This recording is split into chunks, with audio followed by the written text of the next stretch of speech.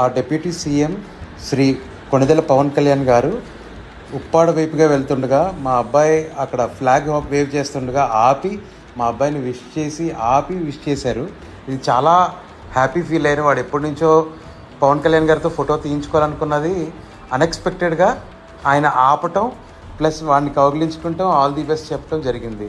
నేను దీనికి చాలా హ్యాపీగా ఫీల్ అవుతున్నాను.